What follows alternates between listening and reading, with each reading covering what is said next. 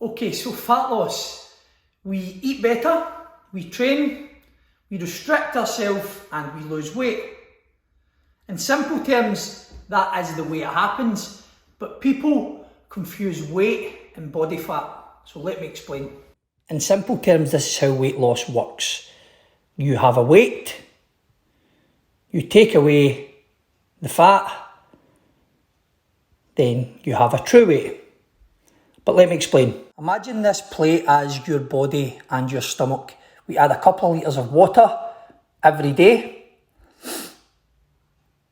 Then we add some protein shakes every day or throughout the week. Then we add milk and things like cereal, teas and coffees and various other sauces maybe. Then we put some mayonnaise and ketchup and other sauces in our foods. Then we add some butter in my scrambled egg or on my toast. Then we add some alcohol in at the weekends. Maybe some snacks like protein sources just to get that value in. Then we add inflammation because the body's response to healing and exercise is inflammation, which is more weight and water. Then we have our natural levels of body fat. So now over time we've added all of these elements to the body or the stomach. This has to weigh something. This is a volume, not necessarily heavier in terms of body fat, but when we add it to the body, this is extra things that our body needs to break down, processes it has to go through in terms of inflammation and various other things. Then when we look at actually decreasing body fat, it has minimal effect on how much we weigh against the amount of volume that we hold in terms of food, inflammation and other factors. When we're talking about our body's weight, remember we are vessels that need nutrients, water, we move it, we stress it and we often don't recover it enough. So thinking our body will maintain a specific weight or linearly drop a weight over time is pretty naive. And I'm here to tell you, not in a patronising way or to be a dick, that you have no fucking clue how much your body should or should not be dropping. And I mean that in the nicest possible way. Most of the people that come to me are here because they need education on things like fat loss, training systems, routines, habits and structure. So for you then to try and have that micromanagement or element of control on how much you weigh is fucking madness. Because the one thing that affects body fat is how much you eat against how much you move or exert. So we need to go into what's called a catabolic phase for our body to reduce fat tissue consistently over time. But when you reduce fat tissue, it doesn't mean you get lighter every time.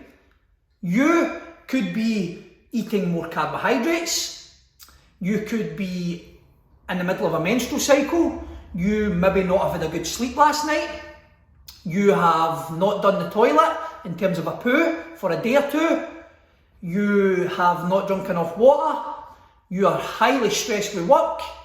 So you can see the list is endless on the things that affect how much you weigh. The one thing that affects how much body fat you have is how consistent you are to the process of controlling your input and managing your output.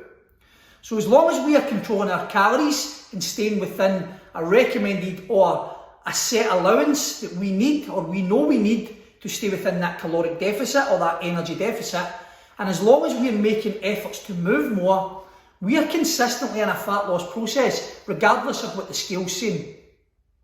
What a lot of you guys do is you've determined how happy you feel with the number on that scale, which is nuts. That's like having a backpack sitting beside your scale, right? And sticking it on, but you don't know if your partner's taking it out or putting it in.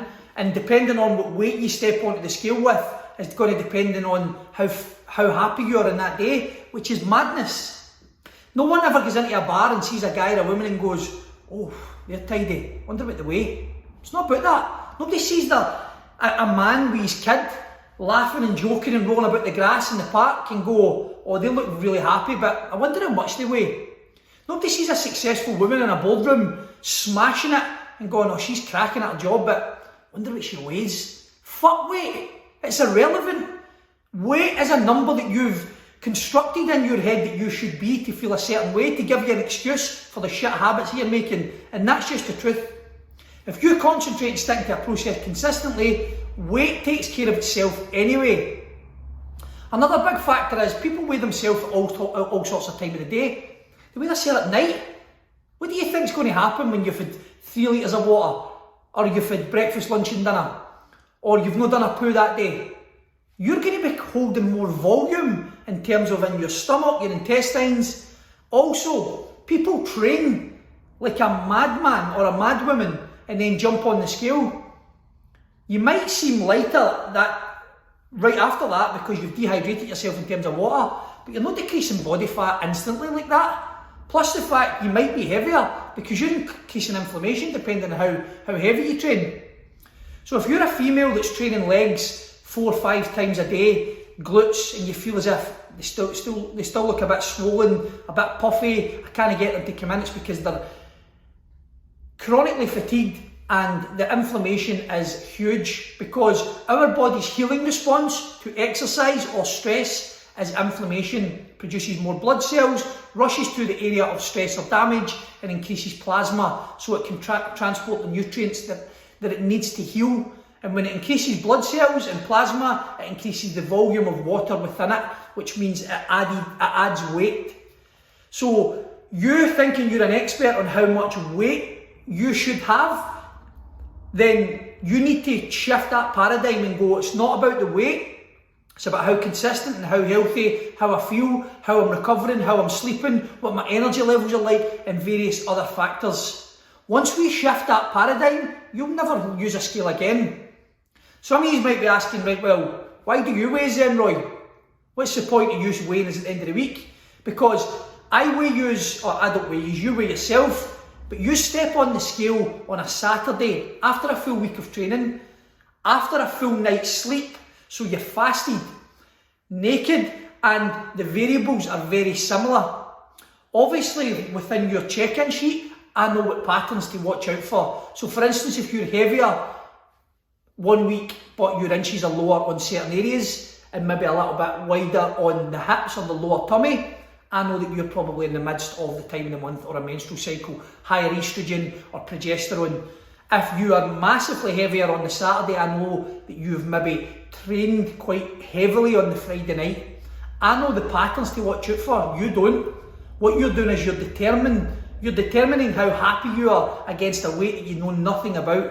You don't know what you should weigh. Obviously, if we're obese, the weight needs to come down, but concentrating on health markers, concentrating on decreasing body fat through things like controlling your calorie consumption consistently, moving more than you did the day before, and recovering and resting pretty good.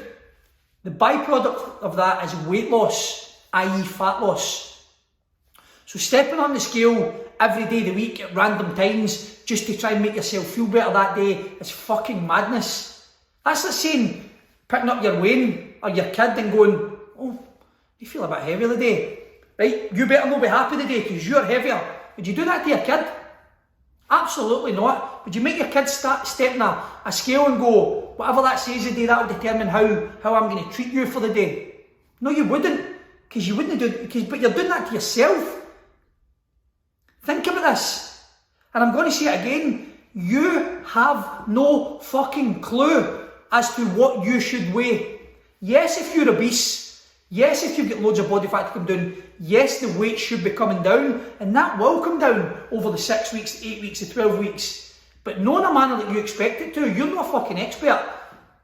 And furthermore, what will probably happen is the first week or 2 weeks of a new cycle or a new phase, you'll increase volume of food, increase volume of protein, increase volume of training, increase volume of water. Volume equals weight. Volume does not equal body fat. Alright? So when you add more water into your body, you're going to be heavier. When you add more training onto the body, you're stressing it more, so you're going to inflame a little bit more. And your body's going to try and build and grow new tissue, i.e. muscle. So you've got inflammation and muscle retention or growth, which is fucking weight. Then you're starting to eat regularly, good protein sources, higher fibre, less refined sugar, so it takes longer for the body to digest and clean the intestines while it goes, whereas the refined stuff you take in just blitzes straight away and passes out, and you end up having a fucking volcano jobby that's stinking of sewers. That is all weight. That's all things that your body's probably no used to. So we're MOTing your metabolism at the moment. You might be coming down pounds and pounds and pounds, and great, but that makes no odds to how well you're going to do it at this process or healthy you're going to be in the future.